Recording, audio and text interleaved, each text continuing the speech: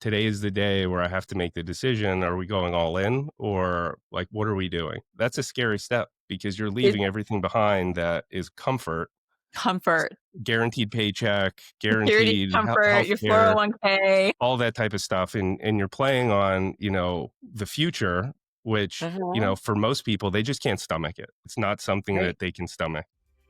All right. Hi, everyone. It's the Founder Series. I'm Dr. Rebecca Hertel. I'm a board certified osteopathic physician and menopause practitioner. And today on the Founder Series, I'm joined by someone who truly understands what it means to build care around people, not processes.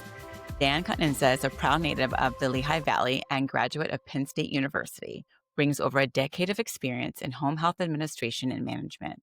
Throughout his career, he has worked closely with clinicians to drive positive patient outcomes through efficient, compassionate care delivery, and is a strong advocate for people centered culture, one where clients are the top priority, and his dedicated team of nurses forms the backbone of his organization. So, welcome, Dan, everybody, to the Founder Series. Why don't you tell us about the company that you own and started, and kind of like all about yourself and how you even got into this? Absolutely. First of all, thank you for having me on the show, Rebecca. I'm really excited to kind of talk about Ivy Active, the business we started, what we're all about, and a little bit about my background, because I think that that's important context into how we got where we are today, now 3 years in, which is really exciting. So I went to Penn State University, really had no idea what I wanted to do. I always had a little bit of an entrepreneurial spirit. When I was in college, I started a club powerlifting program. I was that kid when I was in like middle school, I wanted to sell pencils and make money. So I always had an entrepreneurial spirit to me. I just didn't know necessarily how to harness that. And I Yeah. didn't really have a lot of guidance there. So, when I was graduating college, I was like, I don't know what to do with myself. I kind of went through the career center and ended up landing in a home healthcare role as a patient care scheduling coordinator. I would have never thought in a million years that was a career I was going to land in. However, I'm like, I'm graduating. I got to get a job. I got to start working. I got to grow up a little bit. So I ended up working for a company in the Philadelphia area as a patient care coordinator for a home healthcare company. And we worked with both pediatric and adult patients all across the board with different levels of care needs, all the way from companion level care all the way up to high tech patient care for, infants coming out of the NICU that were on respirators, had feeding tubes. So I got to see this whole thing that I didn't know anything about because didn't have any aspirations of going into healthcare. And I absolutely Yeah. fell in love with it. I mean, it was really a great experience for me to see, you know, one, get involved in the healthcare system a little bit, and then also see what patient care delivery looked like, specifically Hmm. in home. Everything was in home service. And I was fascinated by that because, I just didn't know that really existed. No, I don't think most Yeah, clinicians even know exactly what that is, right? correct. Like when you are doing especially outpatient medicine or maybe even hospitalist medicine, like you set it all up, but we're like, we don't go into the home. Like we don't know what that looks like for patients. I probably actually learned more of what it looks like when virtual visits became more popular because then you can actually see what was going on. Yeah, absolutely. With the explosion of telehealth and telemedicine, I mean, it's been huge for people. So a little bit of insight into what that looks like from a remote care standpoint. So it was a really great experience. I really enjoyed that. I think notably, I really enjoyed working with healthcare professionals. So I worked with mostly nurses, developed a deep appreciation for the nursing profession and why Yeah, nurses they're even amazing. go into the profession. A lot of very selfless people that I've met over the years. So I developed a love for that. And I also really enjoyed working with the families and, finding solutions to the needs that they had, and Hmm. really making it happen, really making their lives easier. And I just kind of really embraced the whole thing. And it was a really great experience. So that was like my dive into healthcare. And I'm like, I really like healthcare. This is great. About 5 years in, I decided I wanted a career change. So I'm like, okay, I'm going to get out of healthcare. And I went into the And so banking how long did business. you do that for? So it was about 5 years. So about Okay, five so you years did I it did for that. 5 years and then okay. Yep. Yep. Worked my way up. I ended up getting to the point of running my own branch office. So I was in a more of a leadership role. And that was really exciting to have, direct reports and really working with people and helping them with their careers. So really enjoyed the leadership aspect of the whole thing as well. And then, like I said, I just did like a complete 180 and decided I wanted to try something different. So I went into the banking business, of all things. So couldn't be further from healthcare. So you it was like a Financial, whole like correct. But that's how I'm wired. I'm the type of person that's like, I'll do anything, I'll try anything. I like exciting, and I'm a little bit of an adrenaline junkie at the same time. yeah, I was gonna say that's scary, like to do a whole complete like career change. Absolutely, absolutely. I'm not afraid of it. I'm like, I'll try something new. I'm just gonna, I believe that if you put everything you have into something, there's no reason to hold back. If anything, if you don't end up liking it, which that's the story of my banking career. I did very well at it. I absorbed everything I could. At the same time, I was helping people with their financial health. So we talk a lot about healthcare and physical and mental health.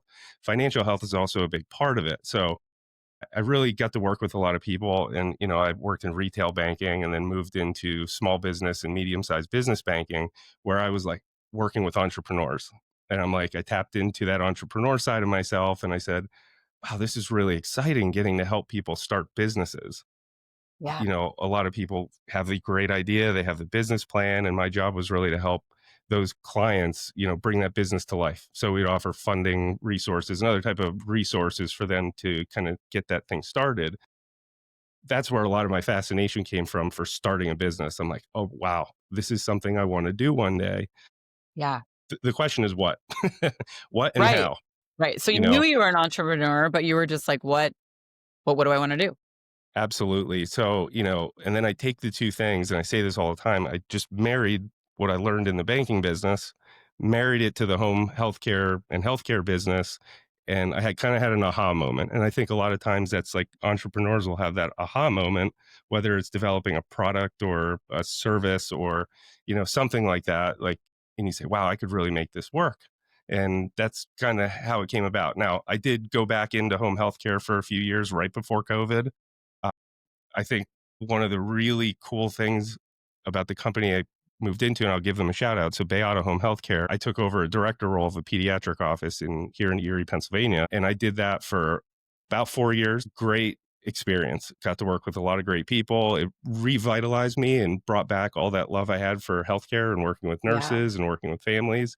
So I really enjoyed that. And one of the cool things about Bayada was the people centric culture. There's a lot of companies out there, very profit driven. Profit's important. I know that as a Right. business owner. We need it. Like we need it in order It's a to like must have. continue doing our job, right? Yep. But the thing I picked up But from there's a there was line. just really how focused and how balanced it was with, the people centric culture that they had, both on the client side, where, always making sure we're doing the right thing by clients and we're providing safe and compassionate patient care. And on the nurse Mhm. side, it's like we're looking out for our employees. We're making sure that they're in a position to be successful, that they're doing what they love and they feel like they belong to a community. So I picked that skill set up there and that kind of philosophy from Bayada, which I absolutely appreciate and I love. And, about three-quarters of the way through my Bayada journey, I'm like, I'm ready. I'm ready to start this business. So Yeah. Yeah. I got turned on to the IV hydration business because it's really an interesting wellness modality, we'll call it. I always like to break the myth that whenever I ask somebody, what do you know about IV hydration? They're like, oh, that's something you go do in Vegas or Nashville after you have a long, long Yeah. night The out. day after a long night. Correct, correct. And I'm like, okay, that's interesting. I think that seems very niche and trendy type of thing. What more is there to this business? So, I did a ton of research into, IV therapy and then specifically said to myself, is this something we could do at home? I mean, all my experience is in home healthcare. Yeah. So So, tell me again how you went from because they were doing things like that at Beata, and then you were like, so tell me how that kind of came to an idea for you. yep, absolutely. So in my last year in Bayot, I actually transitioned to help start up the intermittent skilled visit office. And intermittent skilled visits, as opposed to the other type of home health care, would be, call it hourly nursing. So nurse or a caregiver is going to go and provide care to that patient on an hourly basis, versus traditional home health where patient gets hospitalized, whether it's an illness, whether it's some type of, surgery or something like that. They get released home, and usually they get released with orders for home health, and it's very short term. I handled a lot of IV antibiotic therapy visits. So I'm like, okay, IV at home, interesting. what about this other IV hydration business? Could that be something similar that could be done at home? And that's kind of how it all came about. I was really fascinated with the whole thing. Yeah. And, a lot of what people don't know is if you are severely dehydrated or really sick, or you're dealing with some type of acute illness, the only way to get treated with fluids is you have to go to the ER. There's Yep. nobody else that does it. Yeah. Yeah, you can't just go in, and especially locally, and go get a banana bag or something like that, right? It's if you're, Correct. whether it be for an acute illness, a GI, vomiting, diarrhea, that type of thing, and then you're sitting in an ER for however long with other acutely ill people, and that just doesn't seem, it just doesn't seem like a really great It's use not of always an time. enjoyable experience. Now, Yes, taking it's nothing away almost from the is hospital, never there are enjoyable. plenty of people that are absolutely appropriate for the ER. However, over my course of doing this for 3 years, I've realized there is a very large population of people that could be taken care of at home. We're heading into flu season, Right, and that is a influenza, right? Influenza A, given norovirus exactly, was brutal last year. yeah, We see a lot of pregnant mothers that are dealing with that hyperemesis that just need rehydration and maybe something to help with nausea. Like, these are all common things that people deal with that, the only other option was to go to the ER. And now we have this service that we can offer. So that's really how it came about. Just seeing patients through my home healthcare journey that ended up in the hospital for, you know, dehydration, UTIs, things like that, that we can help yeah, either address or we can help prevent. yeah, So yeah, that's kind of how it all came about. And the world has opened up since then because there's so much more. There's so much right, more to it that people don't know outside of the hangover. right, So exactly. really, really cool. Really, really interesting. Yeah, that's fascinating, and was it just a point where you're like, I'm just gonna do this on my own," or how did you, just kind of I mean, I guess we all just are like, "I guess we just do it one day and see what happens," Yep. right?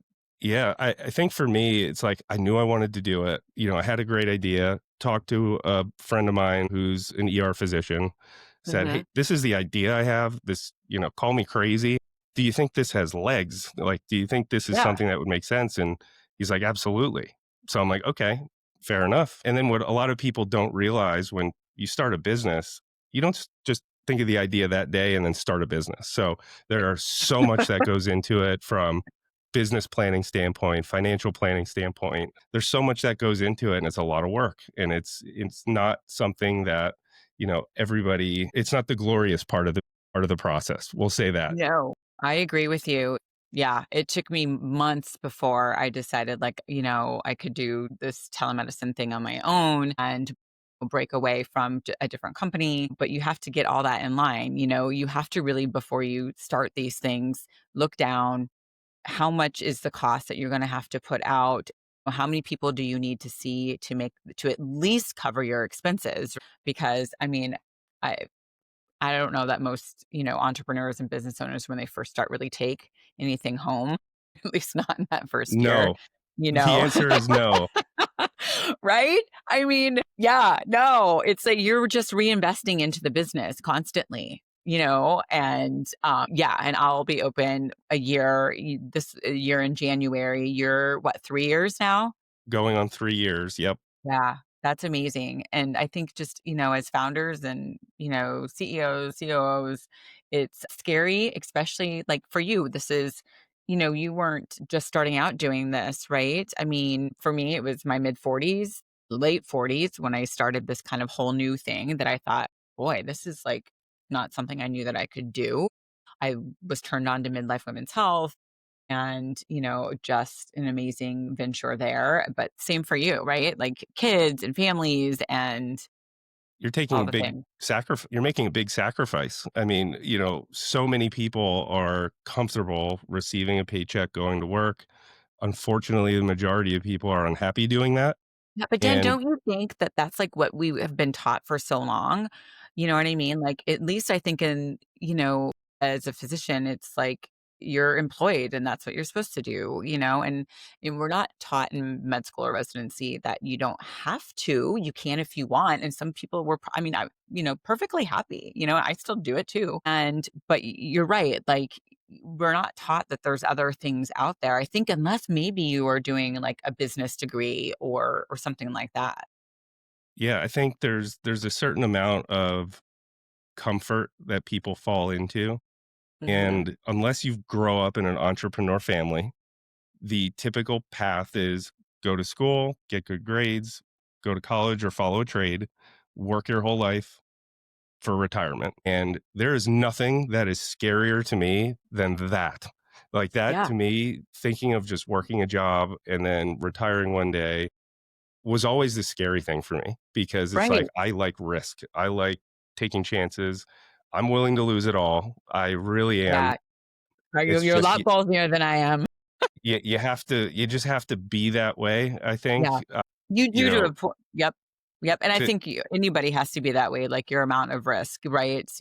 It's I yeah, I think you're right. Well, I know you're right, and that's you some have to people be say I'm a little bit uncomfortable. too risk tolerant. Well, I think there's, like, these variations of risk, and some, you know I mean, we talk about like, some of my colleagues, they quit other jobs to go on to, a different to launch their then to own telemedicine and now they're doing fabulous. And I think sometimes your ability to take risks also depends on what is going on at home, Yep, right? You may 100%. not be able to fully take a risk because you gotta put foo you gotta put food on your kid's table, you gotta pay for your bills, you have to do right, all of these other things too, or if your partner, isn't one that can cover all of those things, then that may not be a risk that you can necessarily take with both feet in at one time, right? Absolutely. And I started this as a side hustle. So, Yeah, I think all these just things side like you. hustles. Absolutely. So what started as a small side hustle because it's like I'm not ready to take the full plunge. I was planting the seed for when that time would come. Right, So, or you liked it, right? Or maybe yep, you still like your other gig and, like, you're like, "I want a hybrid, I want to be able to have that," yep, you absolutely. know? And it was it was at the point where it became I can't do both. That's not possible, where that's where I had the issue. Yeah, And I'm like, okay, today is the day where I have to make the decision. Are we going all in or like, what are we doing? yeah. So, that's a scary step because you're leaving everything behind that is comfort, Comfort. guaranteed paycheck, Security, guaranteed comfort, health your care, 401k. all that type of stuff. And you're playing on, the future, which for most people, they just can't stomach it. Do you have words of advice for even just like, early founders, entrepreneurs who are just kind of, really anyone? It doesn't have to be anyone in the medical field. It doesn't, but just if, they're thinking about, starting this new journey, any like things that you wish that you would have done differently or maybe not? Things that you were like, hey, do this. This worked really well. I think the advice is fail fast. So, I think that is one of the best pieces of advice that I've ever received is, hesitation can cause a lot of problems. If you have a great idea, put it into motion. And, if it's a fail, which entrepreneurs will tell you, and I've experienced this, you're going to fail a lot. You're going to win a lot less than you're going to fail. You got to be prepared for that.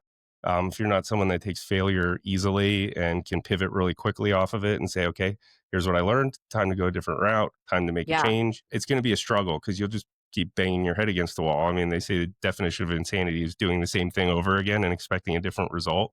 That Right. that's that'll kill an entrepreneur. Can't do that. So Right. that's Right. huge, Don't you and I think think the that? other big Yeah. thing is surrounding yourself with people who are successful in what you're doing, or not even in what you're doing, just people that are successful entrepreneurs. I think one of the biggest things that I did when starting this business is I went on LinkedIn, I found some of the top players in the industry, and I requested a phone call with all of them. So I got on the phone with, people that were really successful in the healthcare business, really successful in the IV therapy business. And I just absorbed all their knowledge. I mean, I went into it very humble. Here's what I want to do. I see that you've done this for 6 to 7 years and you appear to be very successful at it. Give me all the advice you got. And honestly, some of the most supportive people. Like Yeah. there was no competition. It was, hey, awesome. That's really cool that you're getting into this. Here's how I started. So it's always really important to hear another entrepreneur's journey in their process so that you can be prepared for it. I mean, it was great. I reached out to companies out west in Arizona, talked to a couple of people down in like Texas. That really helped energize me because I'm like, okay, I'm talking to people that figured it out, and I want to be like them. So that's my biggest piece of advice is, lean on resources. There's a lot of resources locally. Every area has a chamber of commerce that a lot of entrepreneurs belong to. So just immerse yourself with entrepreneurship and surround yourself by the right people. Yeah, I agree with that a lot.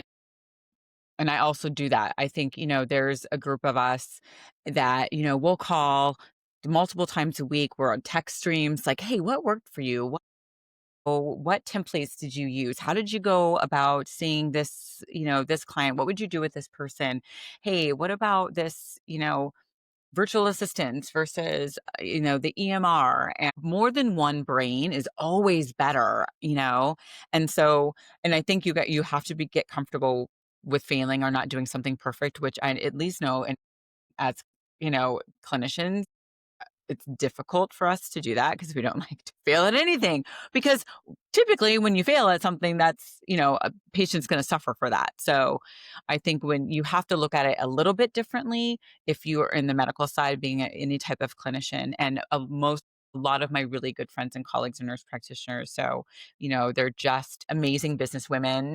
And we talk pretty much every single day. Finding those colleagues and friends in that space, I think you have to be careful sometimes, about not getting your feelings hurt when a relationship doesn't pan out to what you thought. Maybe you were more vested in that relationship than they were vested in you. I don't know if you've had anything like that happen with you at all, but I think that can be tough. Absolutely. One of my other big pieces of advice, and this isn't even just apply to entrepreneurship, this applies to everything, is you got to look at every relationship like there's a bucket in the middle. And if you and that other person aren't equally making deposits into that bucket, and one's doing more than the other, or the other's taking more than they're depositing, that's where you have the disconnect. So I Hmm. think if you look at it that way, it's a really good way to look at like any relationship, whether it's a marriage, whether it's business partners, whether it's colleagues, is, look at it as a deposit and a withdrawal relationship. And, a good healthy relationship is two people putting the same amount of effort into it. And I think that's a really important way to look at things. And that's how I do it nowadays. Yeah, yeah. And I think also just being patient with the process, right? Like not changing too many things up too quickly. Like, for me, if business is slow and I'm not getting new patients, I have, you have to be patient when you're building a business because, the economy shifts. So your clientele is going to shift a little bit. The way that they're spending is going to shift a little bit. And it doesn't always mean that you're failing. I mean, sometimes you need to change things up for sure, right? But I think just I have learned patience, which is not my virtue at all, but I think this has made me like more patient with the process. Like, cause it's not a 9 to 5 job. It is all the time. I mean, you're constantly, right? Especially when you're building something, I find, cause I mean, you've got 2 years, little over 2 years on me. And, I don't know if it slows down a little bit, but I'm constant. It's an always on. It's for me, it's Yeah. an always on. It's just depending on what I'm focused on. So, like I'm glad you talked about slow because, we same thing. It can be a roller coaster. It could be feast or famine a lot of times. And Yeah. like during that famine, you get the little feeling of like, are we going bankrupt? Right. I think Right. You it's a, start it's to a, like, yeah, it's a you normal start to feeling like, oh, to is this feel right? like, Should I do it? Should I not do it? yep, yep. It's totally normal to feel like you wake up one day and you're like, oh my gosh, is the business going, are we going out of business? And then, Yeah. every time I say that, within a short period of time, it's like, okay, I'm reminded by why we're in business. And, Yeah. then it follows. So it's a total Yeah. roller coaster. I Keep mean, those it's never a flat values. road.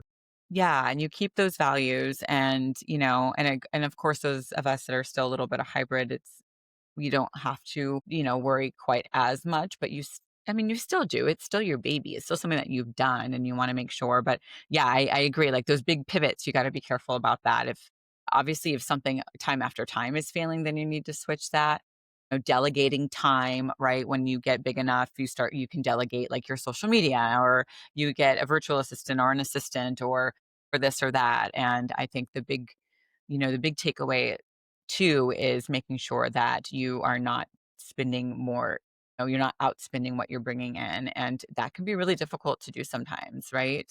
Absolutely, especially when you wanna grow. I mean, that's, Uh-huh. like, the biggest thing. One of the biggest capital expenses is growth, because usually with growth comes more people, more for us, not real estate, but for some people that do brick and mortar type businesses, there's more Yeah. real estate, there's more Yeah. inventory, there's more, tech support, all that type of stuff. Processes, right? Yep, Yeah, processes absolutely. and all of that, and but it's fun. For someone like me that never knew, I didn't ever understand it, I didn't grow up with entrepreneurship, I didn't even know how much I would love it until I finally did it, and so that's kind of been a really fun thing to explore too, and so Let's so let's talk about more about, your business and what you do and kind of all the different all the different things that you've been getting into, the patients that you see, the clients that you see, and how you're building.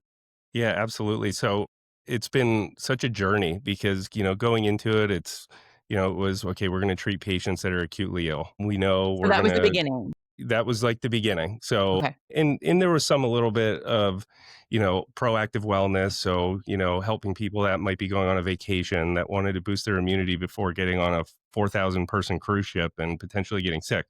Everybody Or, gets norovirus. yep, or the professional that travels for work a lot and is always on airplanes. So, those were it was all really around like wellness based type of stuff. And then, we started realizing that there's a lot of other applications, in athletics. Athletics is a big one, both pre and post, big training sessions, Like summer recovery. recoveries, things like that. We've worked with a lot of different athletes, both on like the amateur level, the pro level, and that's been eye opening. It's actually a much more common thing than most people would think and know amongst the athlete population. And then, always Yeah. what I call high performance people. So executives at, big companies, partners at law firms, you name it, just like really high level people that are go, go, go all the time, Yes. that drain their immune system, don't get enough fluid intake. That's right. It's huge. And then, also the anti-aging and longevity route. One of our big things that we focus on is, NAD therapy. So we Mhm. do NAD therapies, just a quick mention on what NAD is. So it's an enzyme that's found in every cell in the body. It's important for pretty much every cellular function, including like how your brain works from a cognitive standpoint, energy level. But, people with reduced NAD levels, usually due to aging, there's other things that can cause that. Will experience things like chronic fatigue, chronic brain fog, increased speed of aging, so skin health, and all of those types of things. So we really focus on that as a proactive way to combat the aging process. And it's a huge topic right now. I'm sure you hear about it all the time.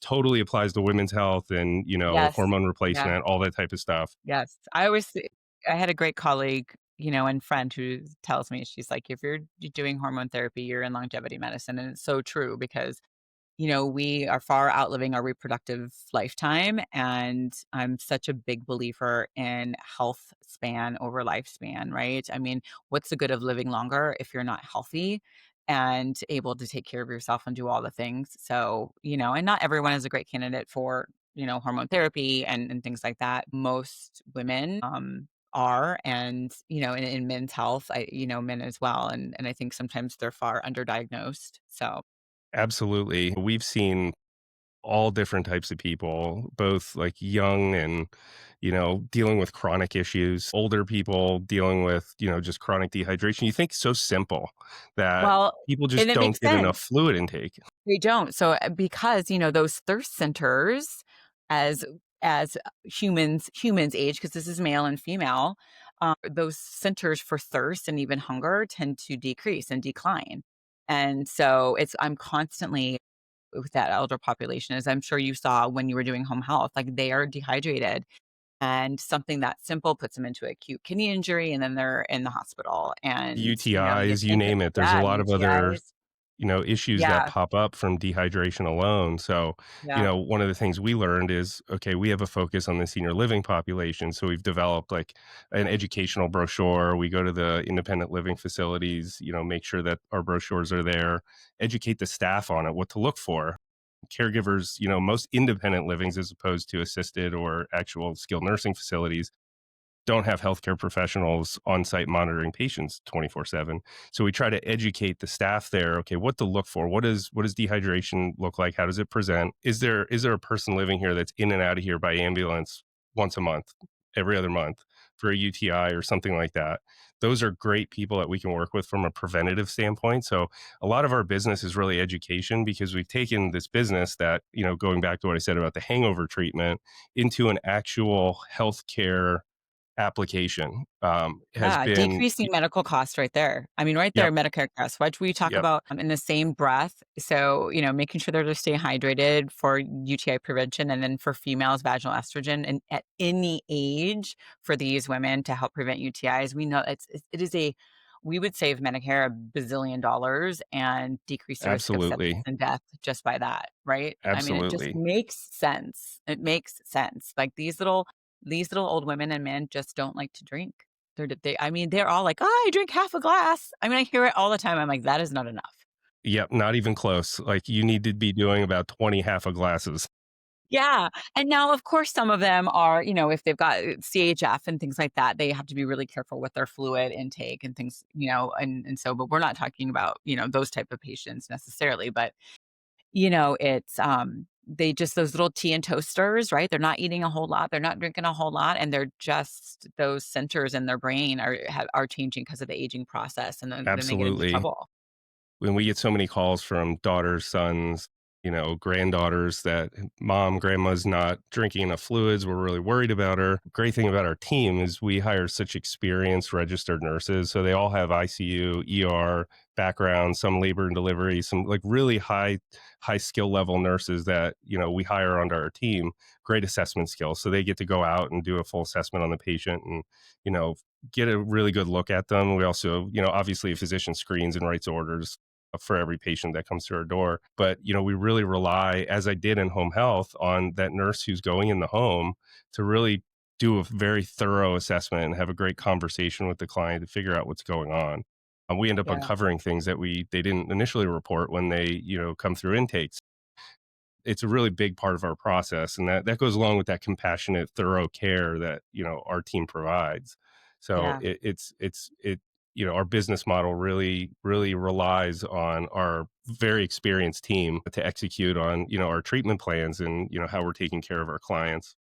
Yeah, especially getting those little old ladies and guys in their little old veins. I mean, Oh yeah, yeah. I mean, we see it all in it's funny because an IV nurse likes the challenge. One thing I've gotten to know about those IV nurses is there's no challenge that they're not up for. yeah. And, they some of them have contests with each other. Well, and if you're like me, I am a huge needle phobe, which you wouldn't think because I am tattooed, but I can get a tattoo any day. But you stick a needle in my vein and you get one time. That's it. Yep, yep. Once and done. If you can't get it on the first One try, and you're kicked done. out. So that makes a big difference because a lot of people are needle phobic too, Yep, and so it's nice to know that, you guys had like these amazing nurses that, yeah, if you are coming from the ICU, I mean, you're sticking, you know, sick people with little frail veins and doing it all the time and starting IVs and things like that. That makes it that can I think that just makes it really nice because especially if you're then going to these nursing homes or you're going to acutely ill patients who, their veins are gonna be, not much of anything if they're dehydrated, right? They're gonna be a good difficult stick, and the little old people are definitely difficult sticks. So, absolutely. And another focus, and this kind of leads into what you do, is, our patient census by gender is heavily female. It really yeah, is heavily female and typically in that 40 plus range, to where okay. they're starting to enter that perimenopause phase where I'm tired, I'm worn down, I'm exhausted, something's going on with me. I don't know what it is, but I've read a little bit about IV therapy and how that can help, and we do try to have those conversations with those clients and say, have you seen somebody about hormone replacement or a women's health physician to really capture that side of it, because we know I love IV that. therapy, one, is not going to solve everything, No, not and even not if close it's to due it. to your right, and not if it's due to your hormones, like you were saying, and these women are desperate. They're desperate. They feel horrific. They feel horrible. They're, they're not sleeping. They are gaining weight. They have no energy. They're hot flashes, they're night sweats. They have this horrific brain fog. They don't know what's going on. They don't even think about it. So their hormones, especially if they're still having cycles, right? They just don't think about Absolutely. that. Or they're being told you're too young. And so then they're just like, okay, they're anxious, they're depressed. And so, yeah, they're probably coming to you because they're like, I saw this. I saw this on Instagram. I saw this on TikTok. I'm going to do whatever it takes to try to make myself feel better because I need to function for myself, for my family, for my job, you know? Absolutely. And this is not a knock on traditional medicine, but most, I'm going to say, primary care physicians are not super well educated on this stuff. No, listen, I wasn't until I did it. It was all self, you know, taught, meaning like I had to go out and seek that and invest in that education. And, once I got it, I was just like, this is it. I Opens up love a whole this. new world. I mean, It's a whole new world of how did we not get this education? This is 51% of the population, and this is 30 plus, years if as long as we can live long enough, right? I mean, 30, 40, 50 years post our reproductive age. Like, that's a really long time to feel like that. And then the cost of healthcare for antidepressants and your office visits, and then the cost to the economy for those that don't take promotions or that have early retirement because they can't function. It just, yeah, there's so much to it. And you're right. Physicians, every physician needs to be educated, everyone. But, GYNs come out and they don't feel comfortable. Internal medicine, family physicians, it really all starts in their training, in their medical school training, PAs, nurse practitioners, nursing, physicians, everybody. yeah, it's a system of reaction rather than proaction. So, that's just what's been built over how many years to where Yeah. we call it sick care. It's not healthcare, it's sick care. And we Right. wait till there's a problem to really, And then we fix it. address it. And it's usually done with pharmaceuticals or something like that when, simple things like just basic hydration can Right. prevent so We many issues. underestimate it. I talk about it all the Absolutely. time with my weight loss patients. I'm just like, you need to be hydrating. Your brain is going to tell you to eat when you are hungry, when you are tired, and when you are thirsty. Yep. Yep. Absolutely. Like go to bed. So eat if it's time to eat, go to bed, drink some water. And yeah, you're right. We really underestimate how important hydration is when 90% of us is fluid, Yep. water. It's critical. I mean, your body can't survive without fluids. I mean, it can't. And I tell people don't rely on IV therapy for just hydration. Like you should, if you're capable Right. of it. Use drink. Obviously, you should be drinking. Drinking some electrolytes as well is super important. Where we come into play is when you get so depleted that trying to get back to baseline from oral hydration, especially if you're dealing with You things like can't always. vomiting and Yeah. that's going on for days, it Yep. is very Can't difficult do to it. get back to baseline. So we really come in when someone's really struggling. Yeah, Um, and it's really important because that affects your kidneys. You end up in the hospital, like you absolutely. said, and if we can prevent that, that makes sense. Now, do your services, are they cash-based? Are they insurance-based? HSA, FSA, how does that work for someone? Yep. So it's really nice about it is a cash-based business. So insurance companies don't, really Of course see they us don't. today as what we would call medically necessary. So because Yep, it's not medically necessary, they're not going to bill for it. And to be quite frank, I don't necessarily want to deal with insurance companies. I've done that. I've did that. yep, So yep. not an enjoyable experience Nope. whatsoever. So we are cash based. A lot of times, our cost for treatment for the equivalent service you would get in a facility is half the cost or less. So it really makes sense, and it's more convenient because somebody's coming to your Definitely less house. than an ER visit when you put time and however much it's gonna cost you to be seen in the Absolutely. ER. Absolutely. And we also accept HSA FSA because we're considered an over Awesome. the counter type of treatment. So we're HSA FSA eligible. So, this time of year, especially when you have to spend your funds down, this is a great time of year to explore and Yeah. add some wellness modalities to your routine. So it's a great time of year to do that. But, the cost is cheaper. We see ER copays or, $300-400. Our cost of our services on average is 2 to 250. So, there's definitely a price difference there. And then when you factor your time in, that gap that increases way more. Absolutely. How long does a typical IV infusion take? Yep. So from the time you're sitting down with the nurse till the time they leave and your treatment's done, an hour at the most. Yeah, Some that's people a little nothing. bit longer. Some of our treatments, like NAD therapies, will take about 90 minutes.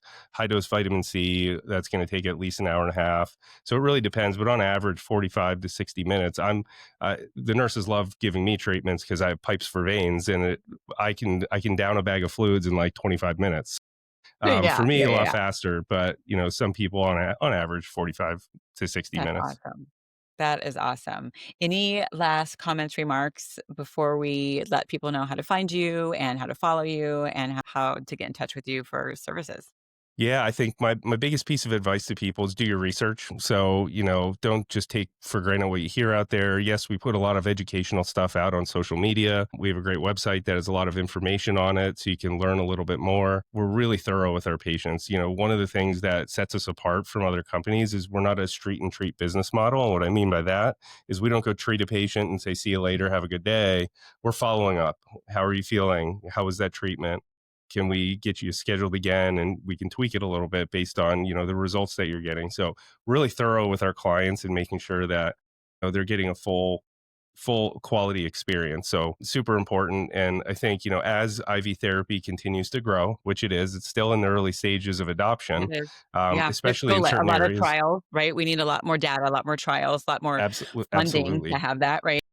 Absolutely. And that's just a process that takes time. Uh, So Hey, I'm here for it. Same thing with women's health, right? yep, I mean, less than 1% we're of in the same funding. boat. Uh, We're in the same yeah. boat. Yeah. So So, I really encourage people to educate yourself on it. It's a fast growing thing, and I think people are starting to see the benefits of it. We've grown considerably in 3 years, and we have a large group of clients that are really proactive wellness. We see them on a weekly, biweekly basis, and obviously they keep coming back to us because it's working. So yeah, they're it's feeling working. the You feel benefits good. and the results. Their quality of life is Yeah. better. They're just overall, when your quality of life's better, you can go enjoy everything else, whether it's You traveling, can. playing sports, whatever it is. It just allows you to just enjoy life that much more. That's awesome. And what areas do you service now? Yeah, so we cover Erie in Pennsylvania, Erie, Pittsburgh, Philadelphia, the Lehigh Valley, which is where I grew up. We also cover most of southern New Jersey, so from Atlantic City south, and then we're in Delaware as well. We've done some work in the North Carolina area, specifically Charlotte, and we're kind of focused on that, potentially rolling out there soon.